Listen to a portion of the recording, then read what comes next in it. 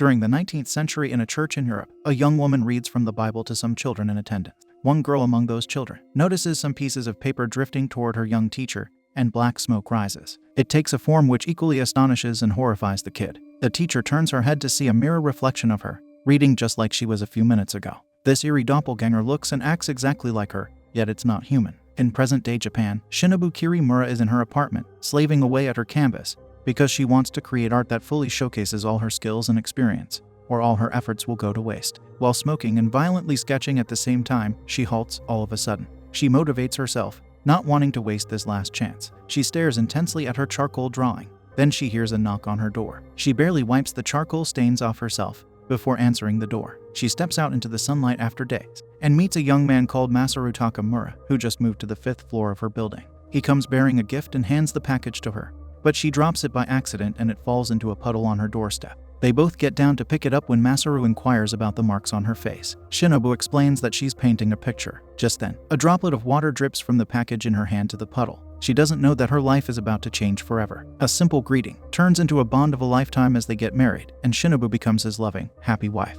They live in Masaru's apartment, and Shinobu transforms her apartment upstairs into her art studio. This allows her to keep working on her paintings when Masaru is off at work. Shinobu is adamant about not giving up on her art. One day, she steps out to pick up some dry cleaning and accidentally writes her maiden name on the receipt until she realizes her mistake and corrects it. She's cooking dinner that evening when she overhears Masaru on the phone, convincing his family to meet Shinobu at least once before completely rejecting her. At the dinner table, she mentions her mistake, and Masaru blames his family for not accepting her. He promises to get her the respect she deserves, or else he'll cut ties with his family. He wants her to have better things in life, but she's content and wants to keep her apartment until the competition. Masaru recalls seeing her at Keed Street earlier, but dismisses the thought when she responds that she never went there. The next day, she visits the bank and finds out that she's in financial trouble. She stops at a store for groceries where the cashier busts her for using counterfeit money. Shinobu argues that she's innocent, but he shows her the CCTV footage of her pulling off the same scam before. This shocks Shinobu, who doesn't recall doing anything like that.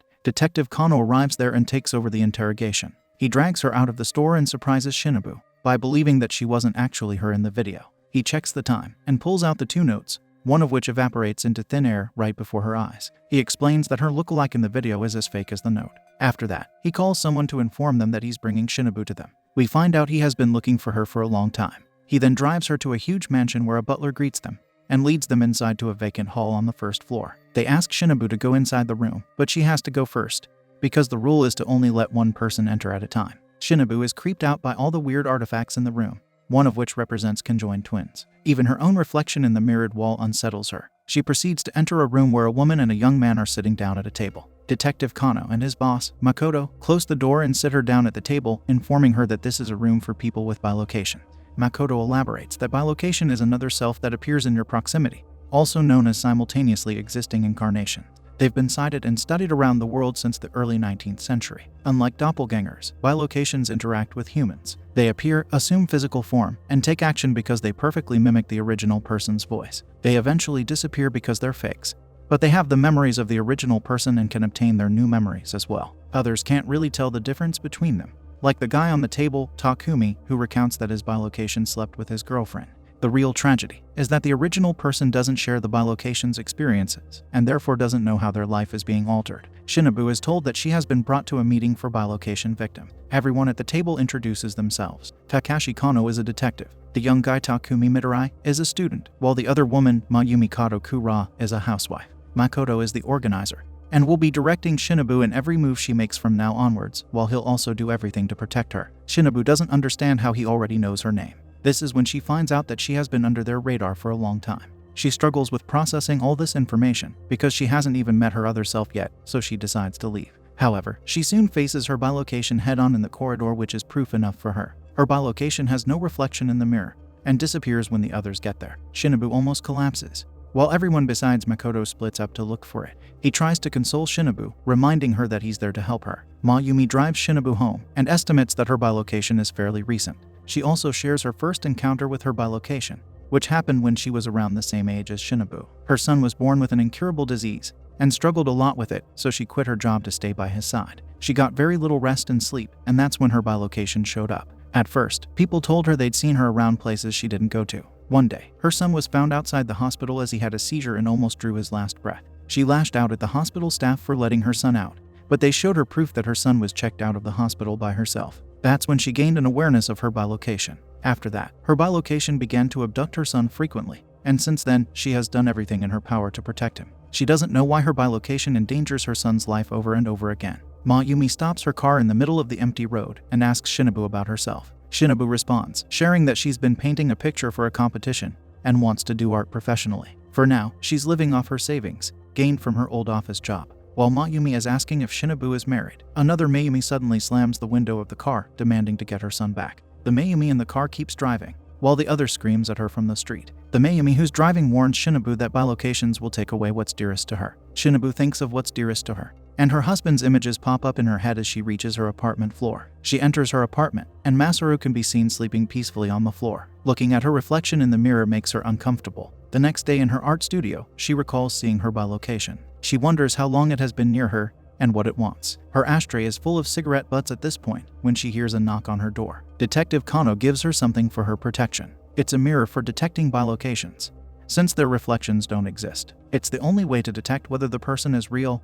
or fake, and he wants her to use it even when meeting them. She's curious about what's at stake for Detective Kano, and discovers that they've already taken away the thing dearest to him. He confides in her about how he was so close to getting a promotion, but didn't get it because his bilocation attacked the chief detective. The chief detective used to be too hard on Kano, but he always suppressed his anger, unlike his bilocation, who beat him up so badly that his ribs were smashed. We learn that Kano got demoted and lost the sole purpose of his existence, that promotion. He was so furious that he wanted to eliminate his bilocation. He bids farewell to her, and she walks away from him only to hear him repeat his words again, which convinces her that it's a bilocation. This is confirmed when she uses the mirror. Kano's bilocation starts chasing her and throws her to the ground. He also punches her in the face. He lands one blow after another until Shinobu's mouth is bleeding. He points his gun to her face and threatens her, explaining how bilocations will eliminate their originals before the opposite happen. He misses his shot as the real Kano shoves him to the side. Even though Kano is hurt, he manages to get rid of his bilocation for now, but this has terrified Shinobu to such an extent that even the real Kano who saved her life scares her. She returns to her apartment, where Masaru tucks her on the couch and brings her food. Shinobu lies, telling him she fell,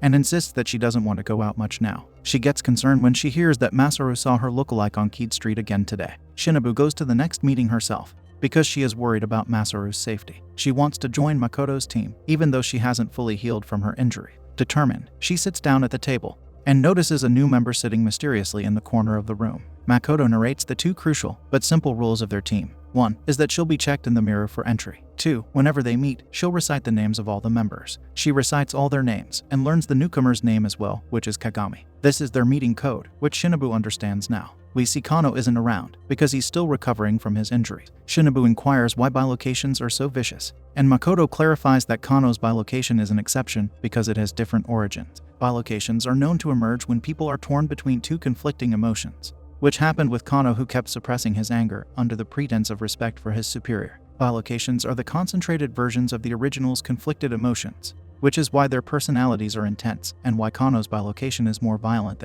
The time intervals of their disappearances are regular, but the byproducts created by them last for a limited time only. The counterfeit money Shinobu's bilocation had is an example of this, and such items last only for 23 minutes and 57 seconds. Bilocations only exist within a 1.5 kilometers radius of their originals. Kagami is the oldest member and has studied them in detail. They all have to be vigilant now to steer clear of Kano's bilocation and must follow Makoto's instructions. As Shinobu walks home, Kagami follows and guards her on Makoto's command. Kagami doesn't find having a bilocation as preposterous or too much of a bother, but Shinobu isn't ready to let an imposter claim her life as its own if she passes away. She arrives at her building and joins Masaru as they walk up to their apartment together. Kagami takes a look at her building, which alarms him, and he calls Makoto, alerting him of a problem at their hands. Masaru is feeding their pet turtle when he asks why Shinobu hasn't gone up today to paint, and Shinobu admits that she hasn't been feeling up to it lately. He takes a look at her painting, while suggesting she meet his parents at the end of this month. This is because he doesn't want to live his life in hiding. He knows the initiative might lead to a disaster, but he's sure that they can handle it. Shinobu smiles at him and agrees. That night, Shinobu turns on the TV and sees Kano's bilocation on the news for shooting 3 people for no reason and is now barricaded within a building. Shinobu gasps, as she knows that Kano will be held accountable for this, and calls Makoto to find out more. After confirming the code from her, he calls her to their location, where Kano is taking refuge in his distraught stage. Kano's bilocation has copied his hatred, and is going on a rampage, as he can be seen instigating conflict with the authorities on live TV. They toy with the idea of capturing it, but they know they'll fail, because it will disappear and reappear somewhere else again. Makoto decides that they must murder it in order to banish it forever. Kano volunteers to delete his bilocation because it has already ruined his life, and he has nothing left to lose anymore. He gets furious at his bilocation when the news reports that it has vanished. All of a sudden, they know that it'll soon materialize near Kano, so they head to an abandoned office where Makoto hands them all weapons. Kano is also directed to call for help if he sees his bilocation. While Shinobu is waiting with Takumi, he insinuates that Makoto and Kano have gone mad because it's known that bilocations gradually drive the originals crazy. He's not sure about himself either,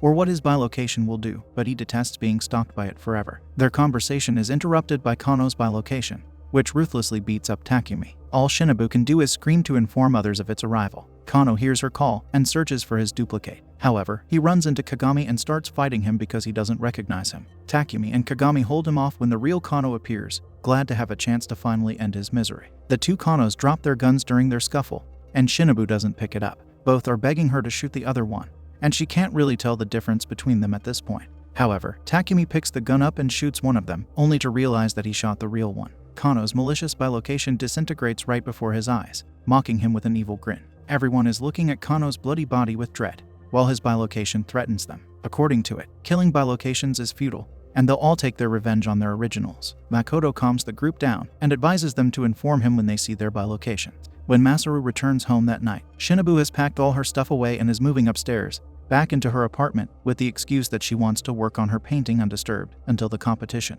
She also cancels the plan of meeting his parents. She's about to leave when he expresses his love and admiration for her in the sweetest way possible. This almost melts her heart. She wants him safe at all costs, so she leaves after telling him she loves him. Shinobu covers all the mirrors in her apartment upstairs, because her own reflection has begun to horrify her at this stage. She thinks of ways to maintain her sanity, and consequently resumes painting. Mayumi hands her son, Suzumu, a mirror so that he can only trust his real mother and hugs him lovingly. Takumi hasn't been sleeping much and struggles in his class. He drifts off in his class when he sees two boots on his book. He looks up, only to see his bilocation standing on his desk, in front of the whole class. Takumi runs, and his bilocation chases him. Takumi hides in a room and calls Makoto to seek guidance over his next course of action, who instructs him to do nothing and not attack his bilocation. This is when Takumi's bilocation breaks into the room, smashing the window. After some combat, the bilocation falls out of the window and is hanging onto a ledge. Takumi then cuts his fingers so that his bilocation will fall and die. However, it disappears as soon as it hits the ground. Shinobu walks up to her apartment. When she feels like someone is walking behind her, she picks up her pace but doesn't turn around. A hand reaches out to her shoulder, but she chooses to run into the apartment, locking herself in. Then, she calls Makoto, who also tells her to do nothing, step away from the door, and not open it. As she moves away from the door, it slowly begins to swing open. She knows that she can't keep running forever. Makoto empathizes with her. After that, she hangs up and lights a cigarette, staring decisively at her painting. Mayumi is in the hospital with Suzumu when she sees her bilocation walking towards them. She quickly grabs Suzumu and takes him out of the room. He then stops and confronts her, saying that she isn't his mom because he used the mirror. She gets confused as she looks at her replica, walking into Suzumu's hospital room and worrying about him. She remembers her exhaustion from dealing with Suzumu's illness had worsened, so much that she had contemplated and fortunately, she comes to her senses. Her conflicting thoughts had led to the formation of her bilocation, whose job was to protect Suzumu and never let Mayumi murder him. Mayumi's bilocation remembers the purpose of its existence now. It hides and cries, while the real Mayumi reunites with her son. Shinobu, Mayumi, and Takumi use their mirrors and meet up. They find out that Makoto is making these attacks happen, instead of preventing them. He doesn't even have a bilocation of his own, but had mentioned that his late wife was stalked by one. Takumi's bilocation gets there, and Mayumi accidentally attacks the real Takumi. While they both fight each other, Mayumi and Shinobu run off. Suddenly, Shinobu runs into someone. Mayumi helps her, but gets stabbed by her lookalike, who then cuts her up with a knife, wishing that she never existed. Shinobu barely makes it to her apartment, and hesitantly uncovers a mirror, because at this point she doesn't even know whether she's real or not. Tears erupt out of her eyes when she sees her reflection, clear as day in the mirror. When she watches the news of Mayumi's demise on her TV, she has no choice left but to call Makoto and meet him. Makoto admits to having Kano eliminated for others' safety, but still remains vague except promoting her to not hate her bilocation. When Makoto leaves the room, Kagami states that it's his time to fulfill his purpose, and ends her like how others were ended. He stands across her and lowers his scarf to reveal the bottom half of his face, which has a mark. He questions what her choice would be between a wife or an artist. Shinobu chooses Masaru and he walks away, promising to return at the right time. Before leaving, he points out that she never wears her ring even though she's married. She calls Masaru, who invites her to move in with him properly, sell her apartment, and meet his parents. He adds that he doesn't want her to quit painting because he loves her art. She requests a wedding ring and hangs up, after which she overlooks her apartment, which represents who she was in her 20s. She has come to terms with letting it go and being with Masaru for good. She also finishes her painting that night. Shinobu travels with Kagami to Makoto's wife's resting place and complains about tasting cigarette smoke even though she has quit already. They visit a sanatorium where Makoto met his wife Sayuri. Kagami narrates the story of how Makoto fell in love with Sayuri's bilocation, while the real Sayuri ended her. He made a vow to create a group that would give him control and protection for both humans and bilocations, and help them coexist. Kagami is just a human with no bilocation, yet he's part of the group, and it's up to Shinobu to figure out the reason why. Kagami then meets up with Shinobu's other version. We find out both versions had been coexisting. One lived with Masaru in his house, and the other kept painting in the upstairs apartment. One even received the news that her painting was finally selected for the competition. Makoto had been running 2 support groups, one for the original and the other for the bilocations. The code of listing members was his way of identifying between them, since mirrors aren't enough. Bilocations can actually see their own reflections. Kagami was the only exception, since he was the only one exposed to the bilocations. She comes to the realization that she, Shinobu Takamura, is the bilocation while Shinobu Kirimura, who lives upstairs, is still just an artist. Makoto had tried to keep them away, because he didn't want a repeat of what happened with Sayuri. Makoto wanted to help her and Masaru, who was a man just like him, who also fell in love with an illusion. She then cries and disappears. The next time she appears,